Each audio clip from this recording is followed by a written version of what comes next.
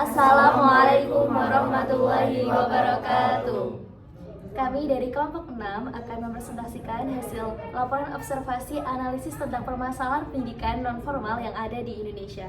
Untuk rumusan masalah, kami menerapkan 4 rumusan masalah yang menjadi dasar observasi penelitian kelompok kami, yaitu yang pertama ialah bagaimana sistem pembelajaran yang diterapkan di lembaga diniyah non-formal ini. Yang kedua ialah bagaimana lembaga ini menerapkan pendidikan karakter.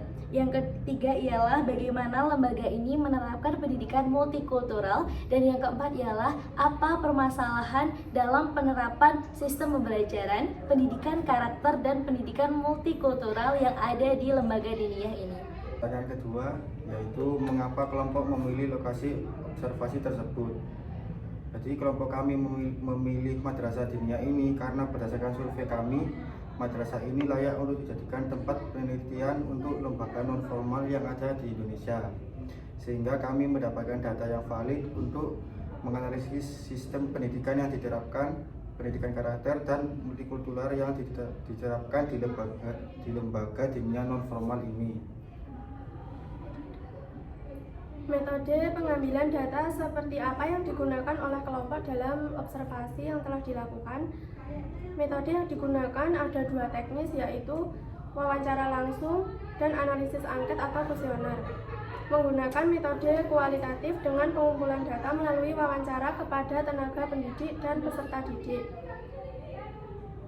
Kemudian dengan metode pendekatan kuantitatif melalui angket atau kuesioner kepada orang tua siswa atau wali murid. Pertanyaan keempat, bagaimana proses perizinan hingga pelaksanaan observasi yang telah dilakukan oleh kelompok? Jadi proses perizinan dari kelompok kami ada sedikit masalah, yaitu pertama karena izin dari kampus yang belum keluar sehingga pihak madrasah mengusulkan untuk membuat proposal, dan pembuatan proposal yang mendadak dan waktu di print itu ada beberapa kalimat yang tidak rapi sehingga pihak madrasah menganggap proposal kami kurang sempurna. Setelah itu kami diberi kesempatan untuk memperbaiki proposal dengan waktu yang singkat. Nah, selama perizinan observasi dan selesai observasi, kami dibantu oleh Ustadz Riko, dan akhirnya pada hari Rabu kita diberi kesempatan untuk melakukan observasi. Apa saja yang menjadi hambatan dalam observasi dan penyusunan laporan kelompok? Jadi yang menjadi hambatan dalam observasi kelompok kami adanya hambatan dari cuaca yang menyebabkan kegiatan observasi kami ini menjadi mundur dari jam yang semestinya. Dan untuk hambatan dalam penyusunan laporan sendiri yaitu adanya hambatan dari segi pengumpulan data dari hasil wawancara dan dokumentasi yang membutuhkan waktu yang cukup lama. Selanjutnya ialah hasil analisis dari observasi kelompok. Dari analisis observasi yang kita dapatkan, yang pertama mengenai sistem pembelajaran. Di madrasah diniyah ini menerapkan 2 sistem pembelajaran, yaitu sistem pembelajaran klasikal dan individual. Untuk sistem pembelajaran klasikal ini, lembaga diniyah ini telah mengikuti kurikulum yang ada pada Kementerian Agama, Departemen Agama, sehingga materi-materi dan kitab-kitab yang akan diajarkan kepada siswa telah ditentukan, sehingga pihak madrasah diniyah hanya mengikuti materi dan kitab yang telah ditetapkan, sehingga semua materi yang akan diajarkan telah diketahui oleh siswa. Itu yang dimaksud dengan sistem pembelajaran klasikal. Dan untuk sistem pembelajaran individual, di sini pihak madrasah diniyah sebelum siswa memasuki pembelajaran pertama, ada tes terlebih dahulu untuk menempatkan siswa sesuai dengan pengetahuan mengenai membaca Al-Quran dan agamanya, sehingga kelas itu sesuai dengan kemampuannya. Untuk yang pendidikan karakter, lembaga diniyah ini menerapkan moto al-adabu fawqa minal ilmi, yaitu artinya al-adab itu lebih tinggi daripada ilmu. Untuk itu, hal yang pertama diajarkan di lembaga diniyah ini ialah bagaimana cara berbicara dengan baik, cara berbicara dengan sopan, berperilaku dengan baik kepada orang yang lebih tua, dan bertingkah sesuai dengan syariat agama Islam.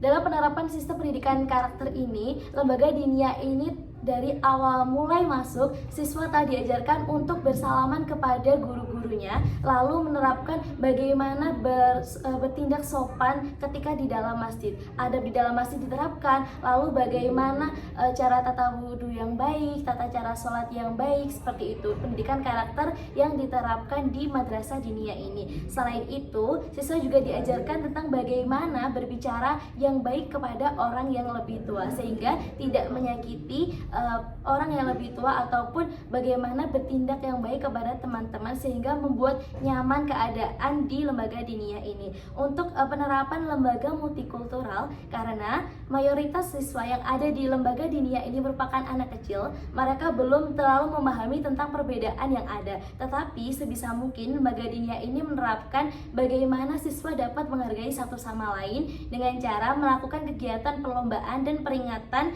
hari-hari Islam seperti Isra Mi'raj atau Tahun Baru. Nah, di dalam acara ini tentunya mereka saling menghargai satu sama lain, mengatur kekompakan sehingga dapat berpartisipasi dalam menghargai perbedaan satu sama lain. Untuk rumusan masalah yang terakhir ialah apa hambatan yang terjadi ketika penerapan sistem pembelajaran, penerapan pendidikan karakter, dan penerapan pendidikan multikultural ini. Secara seluruhnya pihak madrasah diniyah ini tidak ada hambatan. Namun karena siswa masih anak-anak dan perlu adanya pendidikan yang eksklusif kepada para siswa. Terlebih lagi, siswa berasal dari keluarga yang berbeda-beda sehingga sangat memungkinkan mereka mempunyai karakter kesopanan ataupun sifat yang berbeda-beda.